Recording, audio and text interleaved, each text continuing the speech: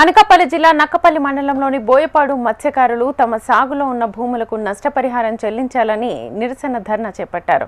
Boyapadu revenue పరిధిలోని survey number 17, 18లో 43 ఎకరాలు ప్రభుత్వం తమకిచ్చిందని, ఆ భూముల్లో దశాబ్దాలుగా చేపల చెరువులు సాగు చేస్తూ జీవనోపాధి పొందుతున్నామని నిరసనకారులు చెబుతున్నారు.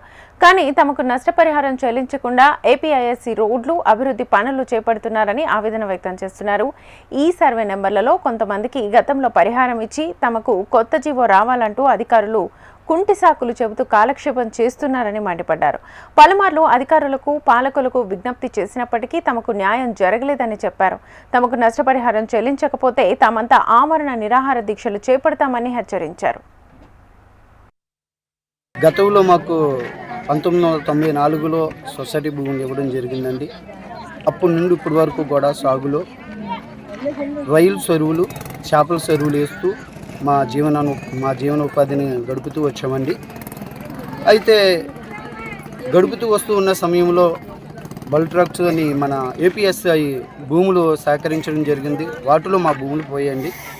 భూములు పోయిన తర్వాత మరి మీకు కూడా రైతులతో పాటు నష్టపరిహారం చెల్లిస్తామని ఆ రోజు ఎంఆర్ఓ గారు కానీ, అలాగని ఆర్డీఓ గారు కానీ, కలెక్టర్ గారు కానీ చెప్పడం జరిగింది. ఈ బల్ ట్రక్స్ వచ్చి సుమారు లేదండి 7 సంవత్సరాలు వచ్చినప్పటికీ అప్పటి నుంచి మేము పోరాడుతూ వచ్చాము. అయితే ఇప్పటి వరకు కూడా మా యొక్క ఫిషర్మెన్ అనే వ్యక్తులు ఒక్క రూపాయి కూడా మాకు 43 ఎకరాలు 15 సెంట్లు మాకు గవర్నమెంట్ ఇచ్చిందండి మత్స్యకారులకి. కానీ గత 10 సంవత్సరాల బట్టి ప్రతిరోజు తిరుగుతూనే ఉన్నాము. కానీ ఇప్పటి వరకు మాకు నష్టపరిహారం చేయట్లేదు. ఇప్పుడు బల్క్ ట్రక్స్ అనే కంపెనీలు వస్తున్నాయి. ఈ కంపెనీల వల్ల ఈ మొత్తం రోడ్లు గేట్లు అన్నీ వేసుకుంటున్నారు. కానీ ప్రతిరోజు ఎంఆర్ఓ దగ్గరికి, ఆర్డీఓ దగ్గరికి, కలెక్టర్ గారి దగ్గర తిరుగుతూనే ఉన్నాము. కానీ ఇప్పటి వరకు మాకు ఏ నష్టపరిహారం చెల్లించలేదు. ప్రతిరోజు ఎప్పుడు ఎన్నిసార్లు వెళ్ళినా సరే మీకు ఇస్తామంటున్నారు. కానీ ఇప్పటి వరకు మాకు ఎటువంటి నష్టపరిహారం ఇవ్వలేదు. కానీ ప్రతిరోజు చూస్తుంటే ఈ రోడ్లు ఏనివ్వండి, అదేనివ్వండి, ఇదేని అని చెప్తూనే ఉంటున్నారు. కానీ మాకు ఇప్పటివరకు ఏ నష్టపరిహారం చెల్లించలేదండి. అందుకోసం గత 4 రోజుల నుంచి మేము ఇక్కడ నిరాహార దీక్ష చేయడం కూడా సిద్ధంగా ఉన్నాము. ఇక్కడ 4 రోజుల నుంచి ప్రతి చిన్న పెద్ద అందరూ కలిసి ఇక్కడ కూర్చొని ధర్నా చేస్తూనే ఉన్నాము. కానీ ఇప్పటివరకు ఏ అధికారి కూడా మనల్ని రాలేదు. ఇప్పటివరకు ఎవరు పట్టించుకోవట్లేదు. ఈ మాకు నష్టపరిహారం చెల్లించే వరకు ఇక్కడి నుంచి ఒక్క మనిషి కాడ కదలకుండా ఉంటామని మేమందరం మీకు మీడియా ద్వారా తెలియజేస్తున్నామండి.